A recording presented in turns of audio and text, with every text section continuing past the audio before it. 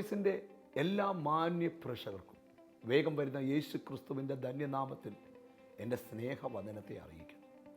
ജീവിക്കുന്ന വചനവുമായി നിങ്ങളുടെ മുമ്പിൽ വരുവാൻ സർവകൃപാലുവായ ദൈവം ഒരുക്കി തന്ന നല്ല അവസരത്തിനായി ഞാൻ ദൈവത്തിന് സ്തോത്രം ചെയ്യുക. ഇന്ന് കേൾക്കുന്ന വചനത്താൽ നിങ്ങൾ അനുഗ്രഹിക്കപ്പെടും.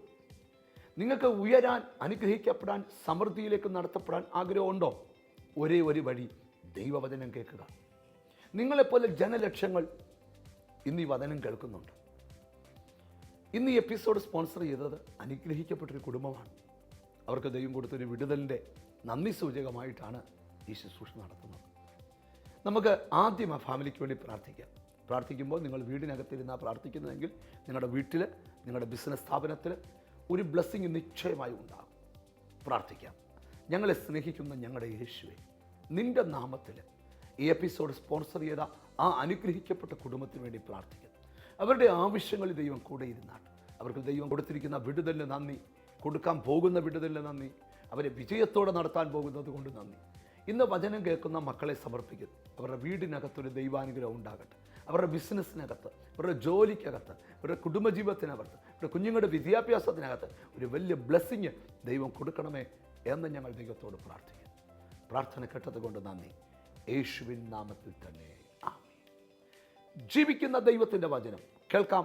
ഒന്നിച്ച് വചന ശുശ്രൂഷയിലേക്ക് നമുക്ക് പ്രവേശിക്കാം.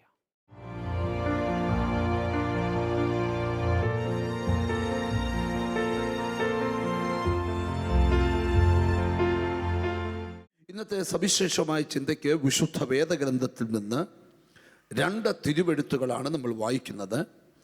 തെസ്സലോനിക്കർക്ക് എഴുതിയ 1-ാം ലേഖനം 2-ാം അധ്യായം അതിൻ്റെ 18-ാമത്തെ വാക്യമാണ് 1-ാമത്തെ വാക്യം. 1 തെസ്സലോനിക്കർ 2-ാം അധ്യായം 18-ാം വാക്യം. സ്തോത്രം. അതുകൊണ്ട് നിങ്ങളുടെ അടുക്കൽ വരുവാൻ ഞങ്ങൾ, വിശേഷാൽ പൗലോസായ ഞാൻ 1-2 പ്രാവശ്യം വിചാരിച്ചു, എന്നാൽ സാത്താൻ ഞങ്ങളെ തടുത്തു. തെസ്സലോനിക്ക സഭയോട് ധന്യനായ പൗലോസ് ലേഖനം എഴുതുകയാണ്. 2 വട്ടം നിങ്ങളുടെ അടുക്കൽ വരാനായിട്ട് ഞാൻ ആഗ്രഹിച്ചു, എന്നാൽ സാത്താൻ ഞങ്ങളെ തടഞ്ഞു. പുറപ്പാട് പുസ്തകത്തിൽ നിന്നൊരു വാക്യം കൂടെ 9-ാം അധ്യായത്തിൻ്റെ, ദൈവത്തിന് സ്തോത്രം, 1-ാമത്തെ വാക്യവും 2-ാമത്തെ വാക്യവും 3-ാമത്തെ വാക്യവും വായിച്ചു കേൾക്കാം. യഹോവ പിന്നെയും മോശയോട് കൽപ്പിച്ചത്, നീ ഫറവോന്റെ അടുക്കൽ ചെന്ന് അവനോട് പറയേണ്ടത് എന്തെന്നാൽ, എബ്രായരുടെ ദൈവമായ യഹോവ ഇപ്രകാരം അരുളിച്ചെയ്യുന്നു, എന്നെ ആരാധിപ്പാൻ എന്റെ ജനത്തെ വിട്ടയക്കാം. എന്നെ ആരാധിപ്പാൻ എന്റെ ജനത്തെ വിട്ടയക്കാം. വിട്ടയപ്പാൻ സമ്മതിക്കാതെ ഇനിയും അവരെ തടഞ്ഞു നിർത്തിയാൽ, ഇനിയും അവരെ തടഞ്ഞു നിർത്തിയാൽ യഹോവയുടെ കൈ കുതിര, കഴുത, ഒട്ടകം, കന്നുകാലി, ആട് എന്നിങ്ങനെ വയലിൽ നിനക്കുള്ള മൃഗങ്ങളുടെ മേൽ വരും. അതികഠിനമായ വ്യാധി ഉണ്ടാകും. യഹോവ ഇസ്രായേലരുടെ മൃഗങ്ങൾക്കും മിസ്രൈമ്യരുടെ മൃഗങ്ങൾക്കും തമ്മിൽ വ്യത്യാസം വയ്ക്കും. ഇസ്രായേൽ മക്കൾക്കുള്ള സകലത്തിലും ഒന്നും ചാകുകയില്ല. നാളെ യഹോവ ഈ കാര്യം ദേശത്ത് ചെയ്യുമെന്ന് കൽപ്പിച്ച സമയം കുറിച്ചിരിക്കുന്നു. മതി. പുതിയ നിയമത്തിൽ നിന്നും പഴയ നിയമത്തിൽ നിന്നും 2 തിരുവെഴുത്തുകളാണ് നാം വായിച്ചത്. ആ 2 വചനങ്ങളും ചേർത്ത് വെച്ച് നമ്മൾ ഒന്ന് ധ്യാനിക്കാനായിട്ട് പോവുകയാണ്. ഈ 2 വാക്യത്തിലും അന്തർലീനം ചെയ്തിരിക്കുന്ന ഈ ആത്മീയ ദൂത്, 1-ാമത്തെ സന്ദേശം തെസ്സലോനിക്കയിലേക്ക് ചെല്ലാനുള്ള പൗലോസിൻ്റെ ആഗ്രഹം 2 വട്ടം ആഗ്രഹിച്ചിട്ടും പിശാച് അതിനെ തടഞ്ഞു. പുറപ്പാട് പുസ്തകത്തിൽ വാഗ്ദത്ത നാട്ടിലേക്ക് വിളിച്ചിറക്കാൻ ദൈവം ആഗ്രഹിച്ച ദിവസം എത്തിയിട്ടും അവനെ വിടാത്ത ഫറവോനോട് മോശയിൽ കൂടെ ദൈവം സംസാരിക്കുകയാണ്, ഇനിയും നീ അവരെ തടഞ്ഞു വെച്ചാൽ. ഹല്ലേലൂയ. അപ്പം ഞാൻ ഈ ആത്മീക ദൂതിലേക്ക് നിങ്ങളുടെ മനസ്സിനെ ഒന്ന് കൊണ്ടുവരാൻ പോകുകയാണ്.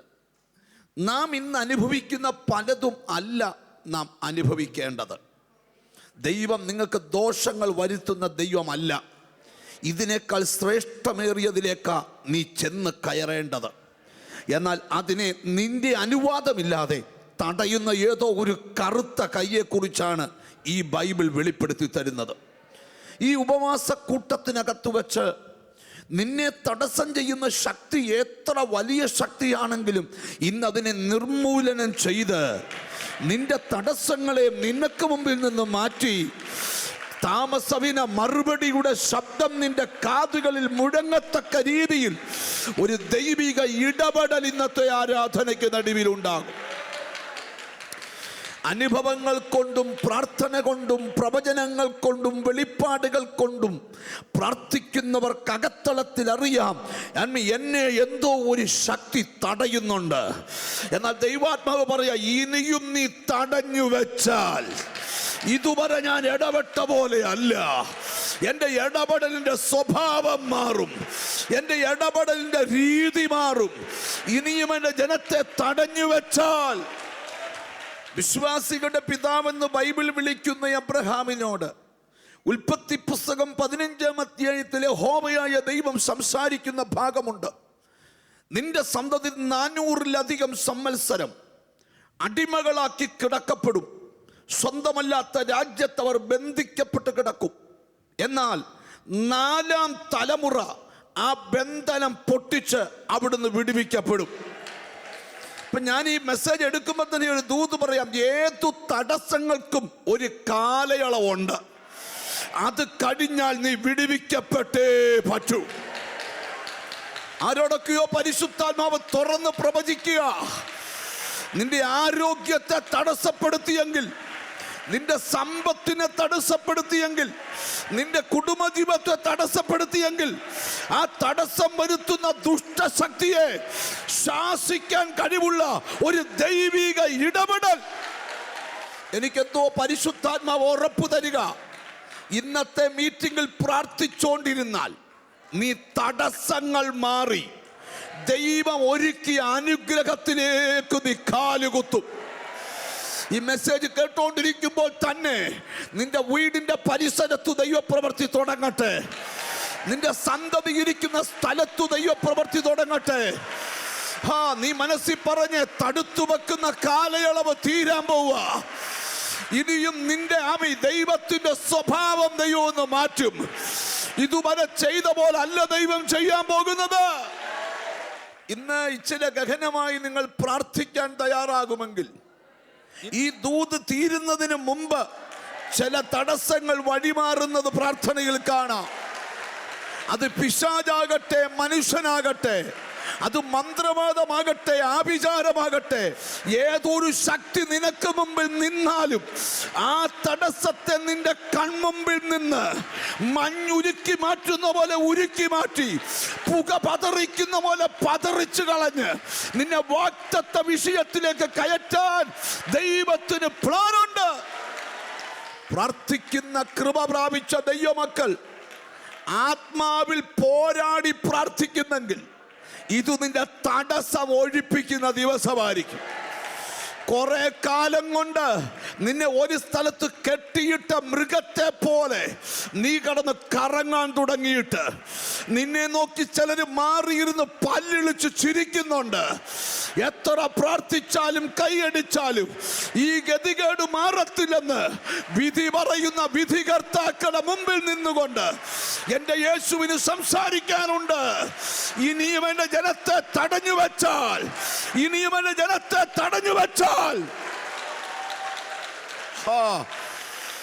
അകത്തു കൃപ പ്രാപിച്ച ദൈവമക്കൾ അധരം പൂട്ടിയിരിക്കാതെ അധരത്തെ ചലിപ്പിച്ച് ആരാധനയ്ക്ക് യോഗ്യനായ യേശുവിന് ആരാധന കൊടുത്തുകൊണ്ടിരിക്കുന്നെങ്കിൽ നിന്റെ തടസ്സങ്ങൾ പലതും പുക പതറുന്ന പോലെ പതറിപ്പോകുന്നത്.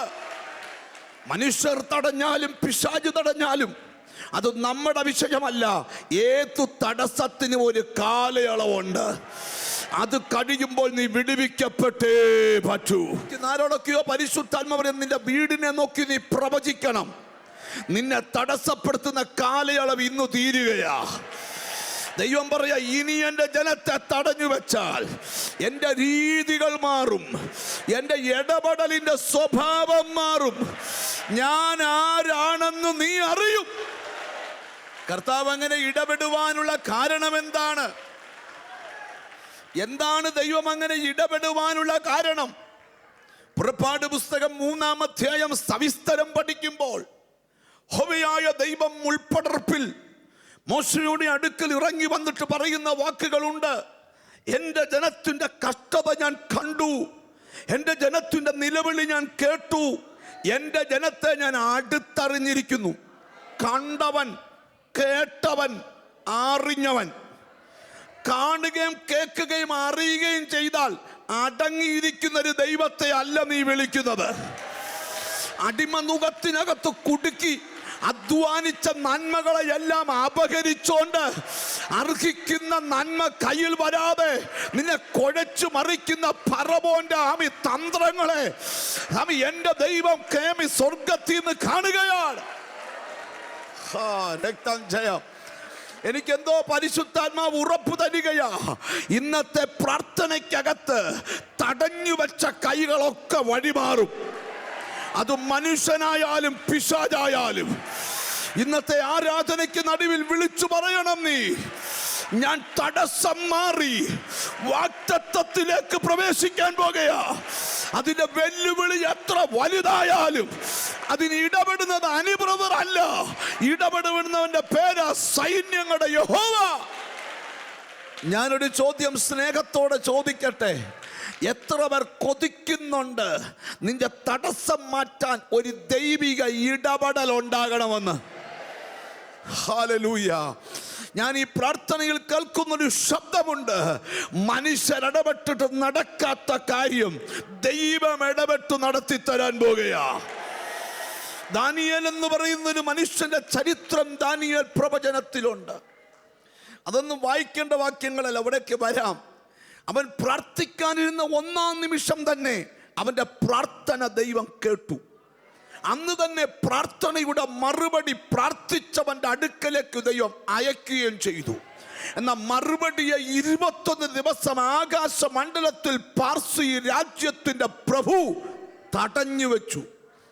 ഞാനൊരു ദൂതൂടെ പറയാം, നീ ഇന്ന് സങ്കടപ്പെടുന്ന പല വിഷയത്തിന്റെ മറുപടി നീ പ്രാർത്ഥിക്കാൻ ഇരുന്നപ്പോ തന്നെ ദൈവത്തിൽ നിന്ന് പുറപ്പെട്ടിട്ടുണ്ട്.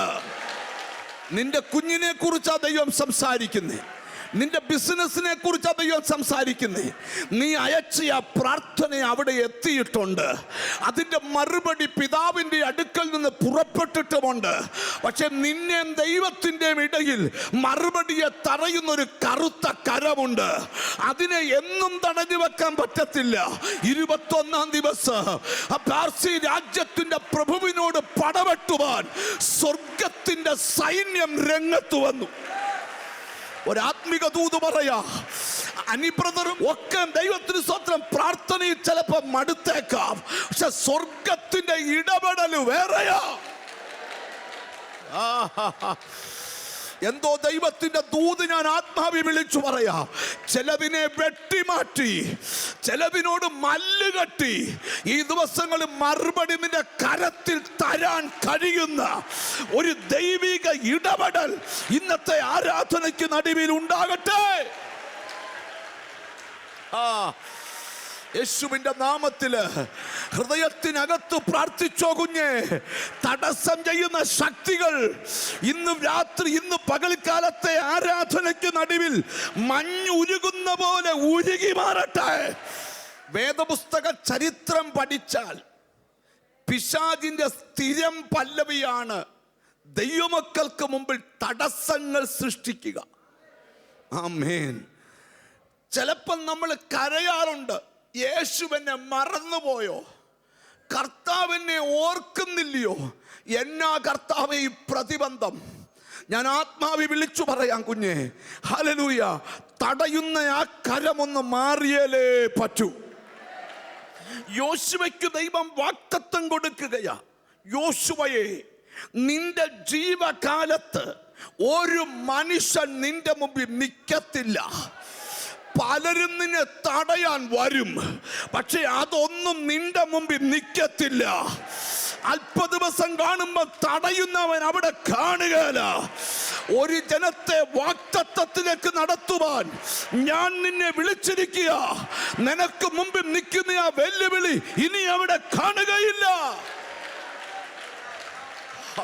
പ്രാർത്ഥിക്കുന്നവരോട് പറയാം, ഏതു വലിയ പ്രതിബന്ധങ്ങൾ നിനക്കെതിരെ തലപൊക്കി നിന്നാലും നീ പറയണം, അതൊന്നും ഇനി അല്പ ദിവസം കൂടെ കാണത്തുള്ളൂ, പിന്നെ അതവിടെ കാണുകയില്ല. യോശുവ ജനത്തെ നയിക്കുമ്പോൾ പടുകൂറ്റൻ എരീഹോവിന്റെ മതിലിന്റെ മുൻപിലെത്തിയ ചരിത്രം യോശുവയുടെ പുസ്തകം 6-ാം അധ്യായം പഠിപ്പിക്കുക. ആ തിരുവചനം സവിസ്തരം പഠിച്ചാൽ അവിടെ കാണുന്ന ഒരു ആത്മിക ദൂതനുണ്ട്. അവിടുന്ന് ആർക്കും വെളിയിലോട്ട് വരാനോ ഇവിടുന്ന് ആർക്കും അങ്ങോട്ട് പോകാൻ പറ്റാത്ത പോലെ എരീഹോവ അടച്ചുറപ്പാക്കി. ഹല്ലേലൂയ, സ്തോത്രം. ശ്രദ്ധിച്ച് കേൾക്കണം. എരീഹോവിന്റെ മുകളിൽ വീട് വെക്കാൻ സ്ഥലമുണ്ട്, തേരുകൾ ഓടാൻ സ്ഥലമുണ്ട് എന്ന് പറഞ്ഞ ഹൈവേ കാട്ടി വീതിയാണ് ആ എരീഹോ മതിലിന്റെ മണ്ടയ്ക്ക്. പക്ഷെ ഈ പടുകൂറ്റൻ മതില് അവിടെ നിൽക്കുമ്പോഴും ഒരു കുഞ്ഞു മനുഷ്യന് മേൽ കിടക്കുന്ന ഒരു വാക്തത്വം കേട്ടോണം. നിന്റെ ജീവകാലത്ത് യാതൊന്നും നിനക്ക് മുമ്പിൽ നിൽക്കത്തില്ല. അത് എരീഹോവും നിൽക്കുകയില്ല, യോർദാനും നിൽക്കുകയില്ല. ആരോടൊക്കെയോ ദൈവാത്മാവ് പ്രവചിച്ചു പറയുക, തടസ്സങ്ങൾ സൃഷ്ടിക്കുന്നവൻ പിശാചാണെങ്കിൽ അതിനകത്തുനിന്ന് വിടുവിക്കുന്നവന്റെ പേരാ യേശു. എരീഹോ മതിലിന്റെ ഉയർച്ച കണ്ടോണ്ട് നീ പേടിക്കരുത്. നിന്റെ ഒറ്റ ആർപ്പ് വിളിക്ക് മുമ്പിൽ, ഒറ്റ ആരാധനയ്ക്ക് മുമ്പിൽ, നിന്റെ പെട്ടകം എടുത്തോണ്ടുള്ള നടപ്പിന്റെ മുമ്പിൽ ആ എരീഹോവിന്റെ ശക്തിയെ ഇല്ലായ്മപ്പെടുത്താൻ, തടസ്സം മാറാൻ എന്ത് ചെയ്യണം? അതൊരു ചോദ്യ. എൻ്റെ അലി ബ്രദറെ, തടസ്സമുണ്ട്. ഞങ്ങൾ ഓരോ ബ്രദർമാരുടെ യോഗം മാറി മാറി കേൾക്കുക. ഏത് ബ്രദറിന്റെ കേട്ടിട്ട് ഞങ്ങൾക്കൊരു മാറ്റമില്ല. അതിന്റെ കാരണം പറയാം. ബ്രദർ അല്ല ഇവിടുത്തെ വിഷയം, യേശുവായി ഇവിടുത്തെ വിഷയം. നിന്റെ മേൽ കിടക്കുന്ന വാഗ്ദത്തമാ വിഷയം. കനാൻ നാട്ടിൽ കൊണ്ടുപോകാൻ വിളിച്ച നിന്നെ വഴിമധ്യത്തിൽ ഏതു വലിയ ശക്തി തടഞ്ഞാലും ആ തടഞ്ഞതിനകത്തുനിന്ന് നിന്നെ റിലീസ് ചെയ്യേണ്ടത് ദൈവത്തിന്റെ പ്ലാനാ. ഒന്നാമത്തെ കാര്യം വിശ്വസിക്ക്, ഈ കുടുക്കിൽ നിന്ന് ഞാൻ പുറത്തു വരും, ഈ പ്രതിബന്ധത്തിൽ നിന്ന് ഞാൻ പുറത്തു വരും. ഞാൻ ഇവിടെ നിൽക്കുന്ന ചിലരോട് ദൈവത്തിന്റെ ദൂത് പറയുക, ഇന്ന് വിശ്വാസമുണ്ടോ ചില തടസ്സങ്ങൾ ഒഴിയുമെന്ന്? ഒന്ന് കൈകൊടുത്തേക്ക് വരാം. ചില തടസ്സങ്ങൾ ഇന്ന് ഒഴിയുമെന്ന് പറ.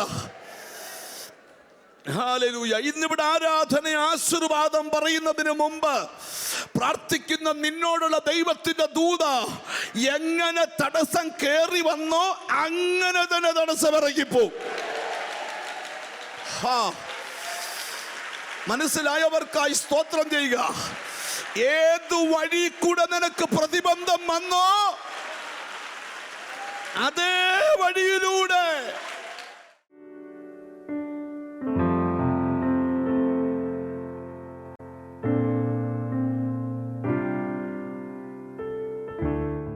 ഈ ആന്റിയുടെ ഒരു കൈ മേപ്പോട്ട് പൊങ്ങത്തില്ലായിരുന്നു 1 വർഷത്തിലധികം. ശരിയാണോ? അതെ.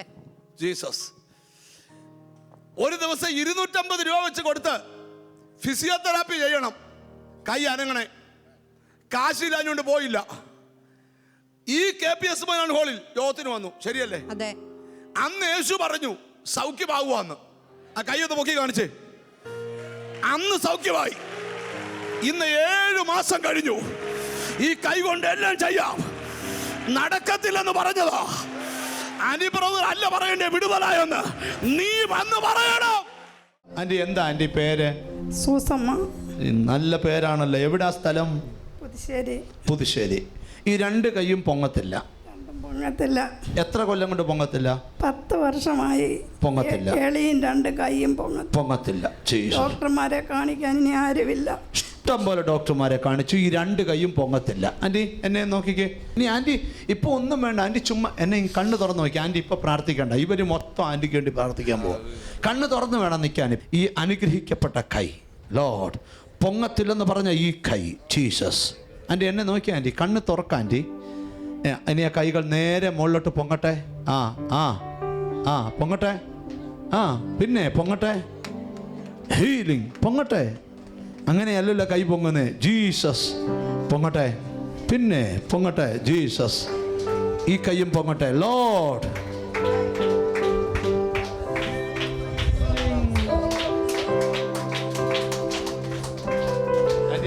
ഇനിയും പൊക്കിക്കോ ആന്റി. ഒന്നുകൂടെ താത്തിട്ടെ. ഒന്നുകൂടെ താത്തിട്ടെ. പിന്നെ ശക്തിയോടെ പൊക്കിക്കേ. ഒന്നുകൂടെ താത്തിട്ടെ. ഇനിയും പൊക്കിക്കേ, ഇനിയും പൊക്കിക്കേ. അവരെ അങ്ങോട്ട് തിരിഞ്ഞൊന്ന് പൊക്കി കാണിച്ചേ രണ്ട് കൈയും.